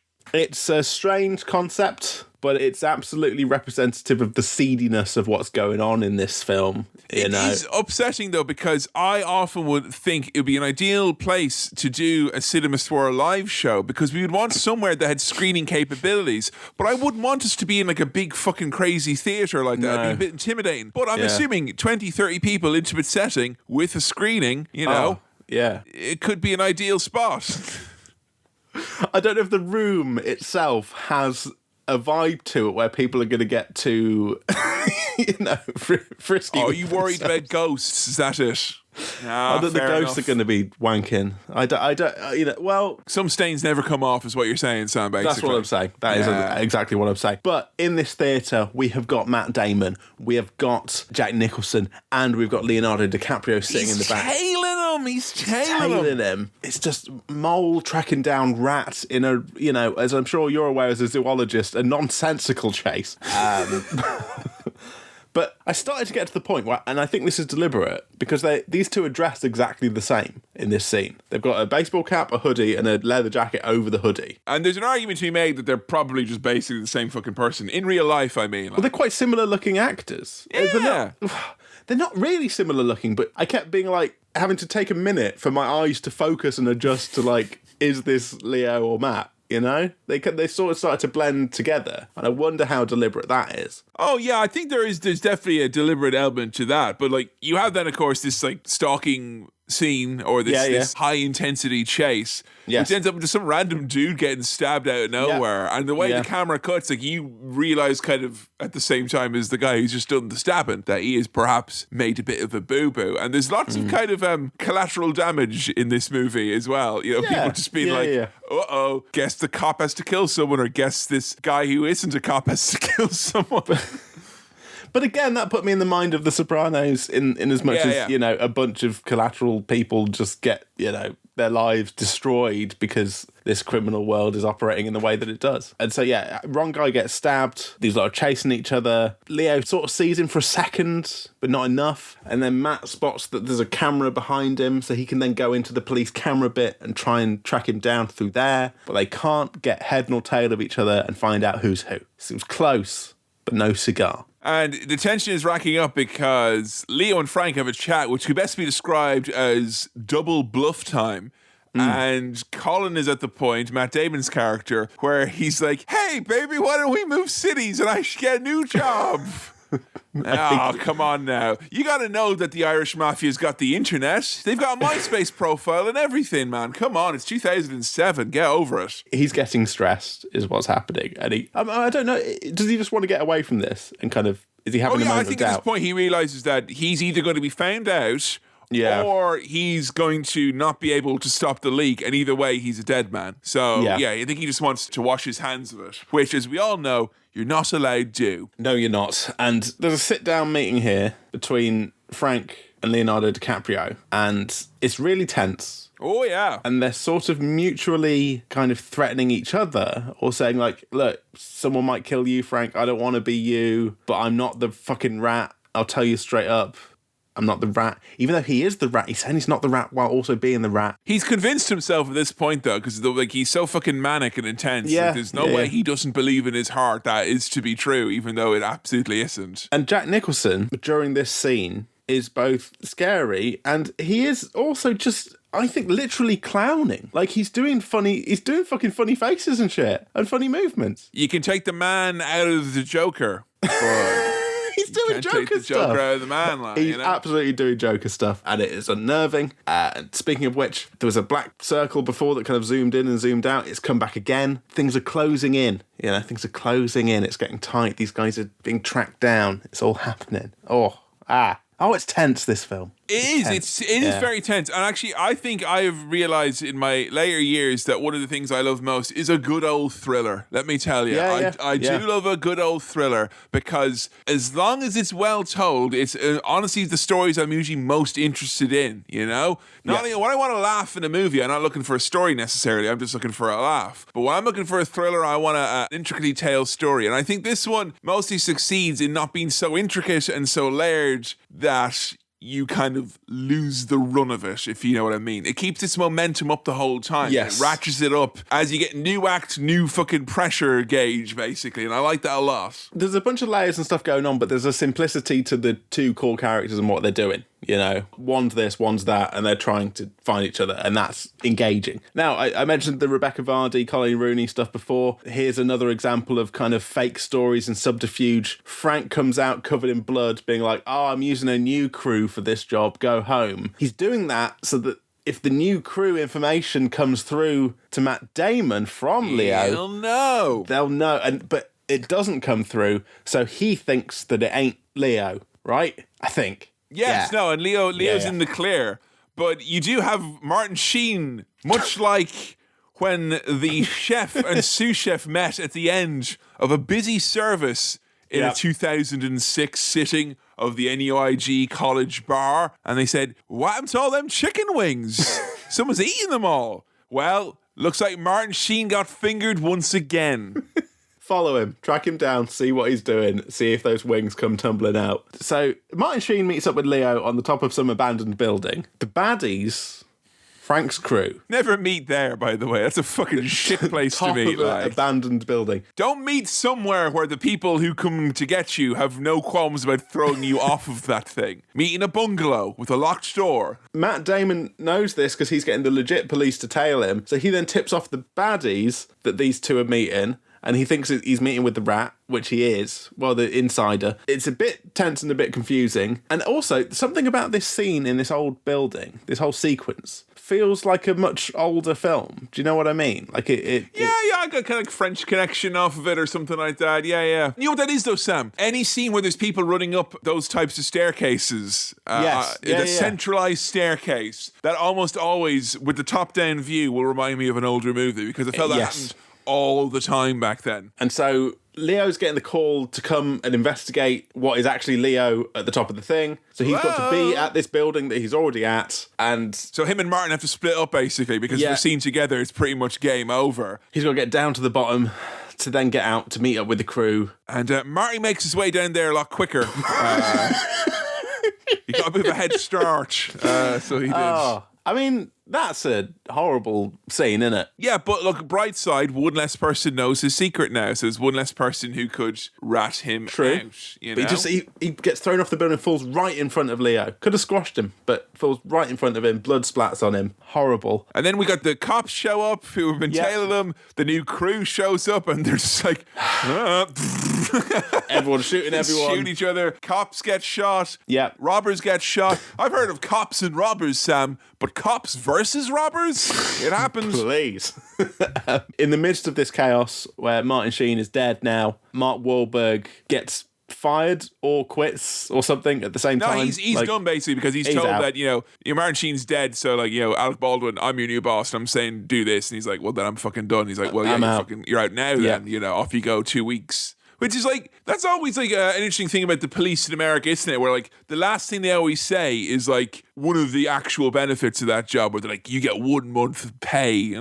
That's not so fucking bad, isn't it? Like, all right. See you guys. Yeah. Not a nice relaxing month while I go on. You get fired from this podcast, you're going to get a much worse little bow on the end of it then.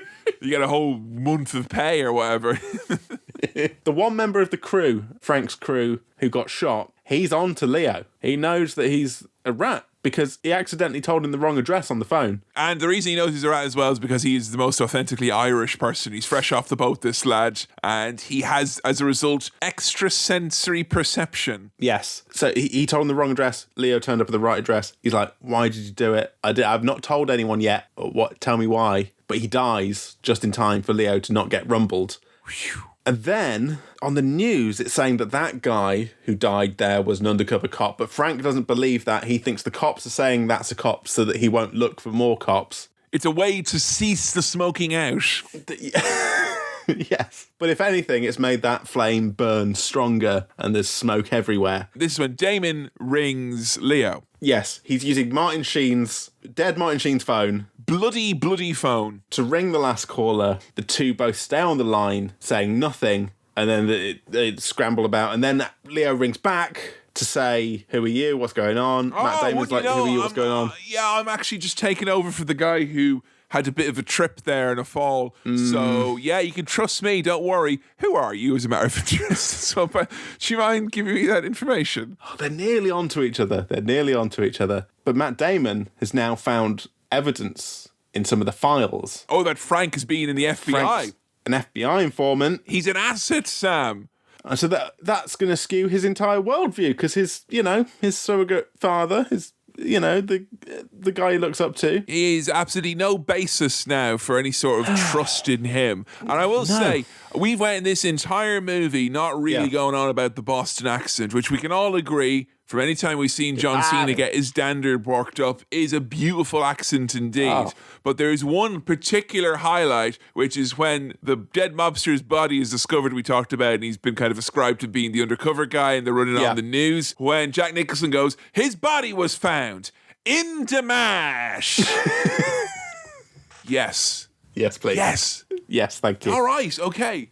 I'll have a bit of that, please. If for the old document now, for the Roland document, if I do happen to die in a swampland or a peat bog or whatever, would you do me a favour? Don't have anyone going like, oh, he was found in the bog in Ireland. Don't be giving that. Get me Irish American. I'm sure I've got some sort of a Bostonian third cousin. He said he was, and Kevin was found in the mash. Yeah, and that's all he has to say. It'll save some of the eulogy, is all I'm saying. And also, it'll help with the Kevin would want us all to enjoy his funeral and have a bit of a laugh. That man said a funny word. Hey! And that's when the fucking party starts. And some of your English friends would be like, in the mash? Was he eating the sausages and had a terrible accident? What's going on? Move over in the club. In the mash is what all the kids are doing these days.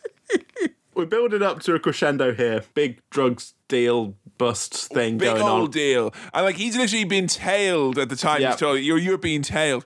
I love when he loses the tail. He's like, do it now. And he goes right through the red light. That's cool. That is cool. More Dropkick Murphys coming in. You say more. It's the same Dropkick Murphys. Same one again. Like, yeah. More of the same song by the Dropkick Murphys. More time. Now, this is not to slight anyone, apart from perhaps certain ice hockey fans. Oh, here it comes. I don't think anyone wants to receive a text that just says the word Sheffield. You know, I think when you get just... If you receive a text that just says Sheffield, I don't think it's good news. That's all I'm going to say.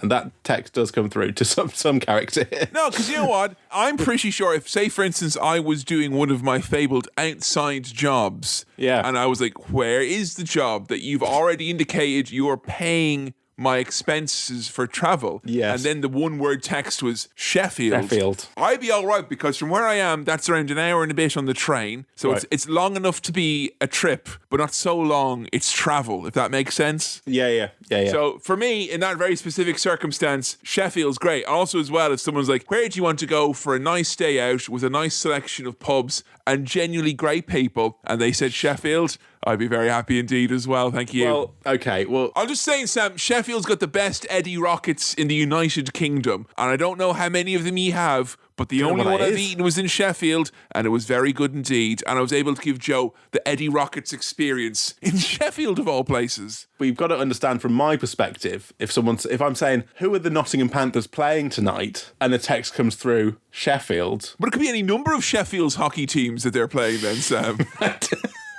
The text would always read the Sheffield Steelers. So you know what?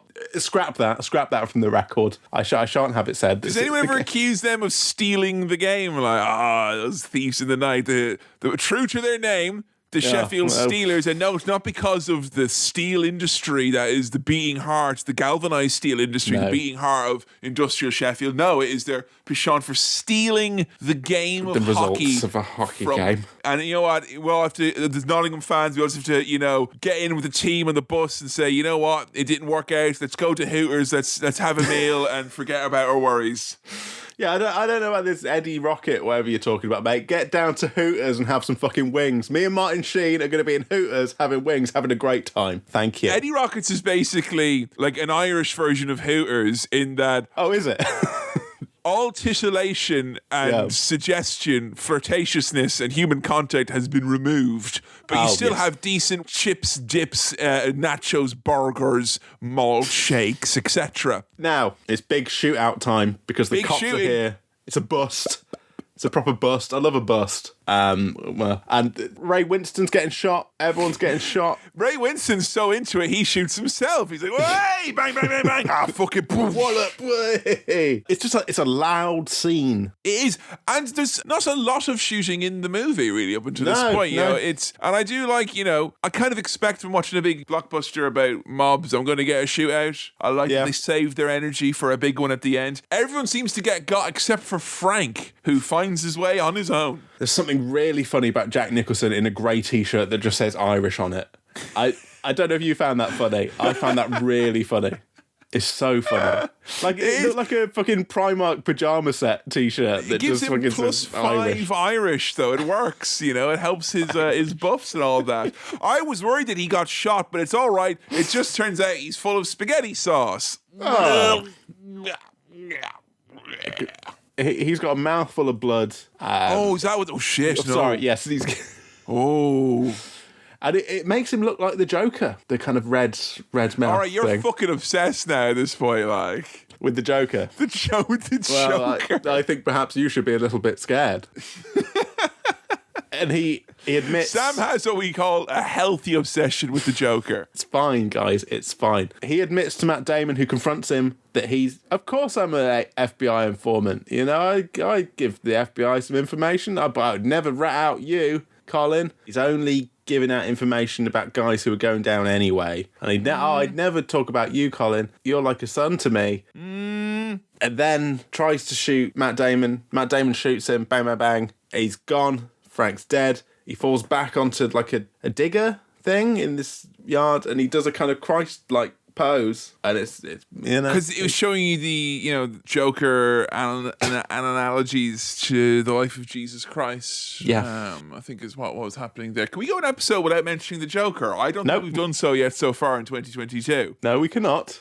And I shall continue to mention the Joker. But forever. He remembers as well at this point that he's a cop, so he's like, I shot the fucking bad guy. Oh, I won. And they also have Leo in tow as well. And finally, they have the sit down, face to face, but it's under peculiar circumstances. Do you think Leo is suspicious of him specifically at this point because he's playing a bit of cards close to the chest here with regards to if he buys that he's kind of going to, he just wants his check bait, he wants his stipend, and he wants to get the fuck out of here. Get the fuck out. Yeah. I think he's at the point where he just wants to get out. Yeah. But while Matt is off to go and put his details into a dodgy computer, Leo's found the fucking envelope with the details of the crew in it that only could have come from Frank because it's got the handwriting on it. And also as well, he's double fucked because that son of a bitch, Matt Damon, he only goes into the computer and deletes the record as well. Now, genuinely, like, I kind of praise my brain for not being so fucking fantastic that I could have this high concept of nightmare that I go undercover and then my details are deleted and the only people who know who I am are killed.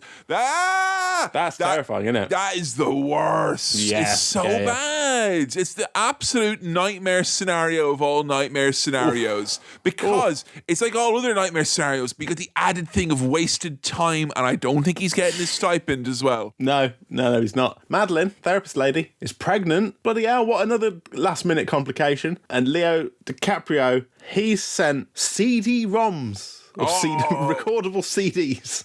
CDs. He's not an idiot. He's not going to send you an incriminating CD or W and they're like, get that in the burner and we'll sort that out. He sent her evidence that Matt Damon's a baddie, recordings. So she now leaves him because he's a bad guy. Oh, yeah, he's on the call with Frank, basically the stuff that she suspected all along, essentially. Yeah. Realizes that strings were being pulled and he was the one who was pulling them. So we end up having a face-to-face then between Billy and Colin up on the roof. Again, too dangerous, man. Too dangerous. They've not even cleaned up after the last go-round. Don't go up there. If you throw another body off here, that's just going to show contempt for the municipal services. Oh, exactly. You're going to send out the heavy-duty broom crew twice in 1 week? You know how I described that, Kevin? Rude. It is. Rude behaviour. So Leo's up there. I'm going to say as well, adding on to earlier, you want to fuck around with bid men? All right. Good luck to you. Good luck to you. Yeah, best of British luck to you. Leo's up there. He arrests Matt Damon. Oh, and he's like, please kill me. That's for the courts to decide. There's so much going on because, like, Leo's mate who was in the academy with him comes up to the top and Leo sent for him because he's like, you can verify my identity. You know who I am. You can trust me. But he ended up not knowing who's telling the truth, so he's pointing the gun at both of them. And also as well, because he's like, you both look exactly the same. I don't know which one it is. I don't know. So it's big showdown, tension here. They're going down in the lift. Leo's just like, I'm happy to just arrest you. I don't even give a shit if it doesn't stick in court. I don't care. You know what as well though? The old stipend wouldn't be so bad either. He's not looking forward to it, Sam, is what I'll say. And they get down to the bottom floor. Ding! Ding. Pop. Off he goes. He gets shot by another copper. What? There's 2 dirty cops in the police department? Another dodgy copper? What are the odds that there be more than one corrupt police officer? No! In Boston? The mate who was there to verify the identity, he gets popped as well by this new copper. And then this new copper, well, he's not new. He's been in the background the whole time, but we're not really paying attention to him. He then gets popped by fucking Matt Damon. Oh. You don't want no witnesses. No. Absolute bloodbath in the last few minutes here. The funeral at the same time he's having his kind of his debrief, like his exit interview or whatever, and he's like, I want everyone to know that I'm recommending him for the Medal of Honor. There's a phrase that I hate in this about shooting a gun where he said he squeezed one off. I don't like that. It's like he done a smelly, dirty secret shit. Like you followed through, but you're bizarrely proud of it. Yeah, squeezed one off. Ugh. I squeezed one off there when I did that smelly. Don't tell me that. Don't tell anyone that. Also, don't do that. So, right, he's sort of got away with it, this horrible mole bastard. He has. He's gotten away with murder and then some. He goes back to his apartment. He goes back to his apartment, goes in. Who's there? It's only bloody Mark Wahlberg. Sorry, I didn't realise we'd ordered takeaway because his burger. Yeah, and he's got those silly cloth slippers on. Silly cloth slippers. Said that he leaves no evidence. Pops Matt Damon. He squeezes one off in his face. For his trouble, he gets one squeezed off in his own face. Oh, can we talk about this beautiful final shot? Because this is, like, honestly, one of my faves. You bring up the camera from him on the ground, all bloody, big fucking mess. No one even notices, like, there's, it's broad daylight in his apartment. The door's open, but it's just, he's done. And then you see the State House, which he always wanted to live by. He kind of implies that he has political ambition later on in his career. And you just see this like fucking little rat going and just kind of creep across the screen unbeknownst. fucking love it. They're all dirty, every one of them. And I really fucking had a great time with this. I do agree with your initial estimation, though.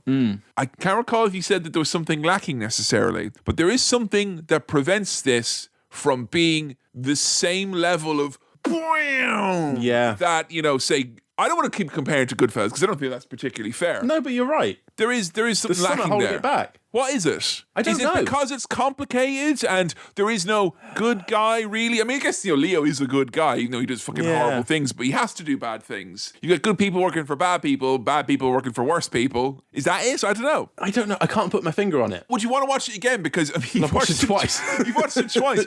But did that second viewing help? Because I feel like you were drawn into a lot of the imagery and a lot of the kind of implied stuff that honestly I didn't even pick up on a lot of the things that you were talking about, but I could see it there, when we were chatting. So I think there's absolutely depth to this, and I was picking up a bit more the second time around when I wasn't under pressure to make more notes. You know what I'm saying? But you're right, and I'm right, that there is something that doesn't quite pull this into the stratosphere of being incredible. It remains very, very good. Very good. Oscar winner. I'm not going to lie to you. There is something with me that made me struggle with the movie where it's like Matt Damon, Leonardo DiCaprio, Mark Wahlberg. Like, you are pretty much giving me all the generic action men of Hollywood in one go. And, Ray Winston and Jack Nicholson are kind of the fuzzy, weird-looking lads and all that jazz. But there is kind of a little bit of peak Hollywood about this, if that makes sense. Yeah. Like, I feel like if someone was casting this today, they'd go, we don't need another fucking white billionaire in this one, do we?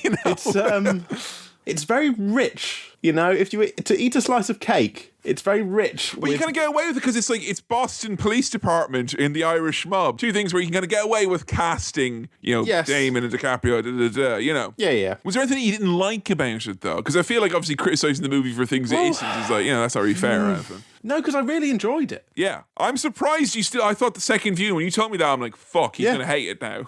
No, it was still pretty gripping. You've watched it one more time than most people who saw it, if I'm honest. Like, well, that's the thing. I didn't really have any strong desire to watch it again, other than I felt like I probably should in order to refresh myself for this. Did it make you want to watch The Sopranos more, though? Yeah. The whole time, I was like, I want to watch The Sopranos. Watch Goodfellas again, though. This is giving me that flavour. Yeah. Is this a starter rather than a main course? You know what I'm saying? It's a big fucking starter if it's the case.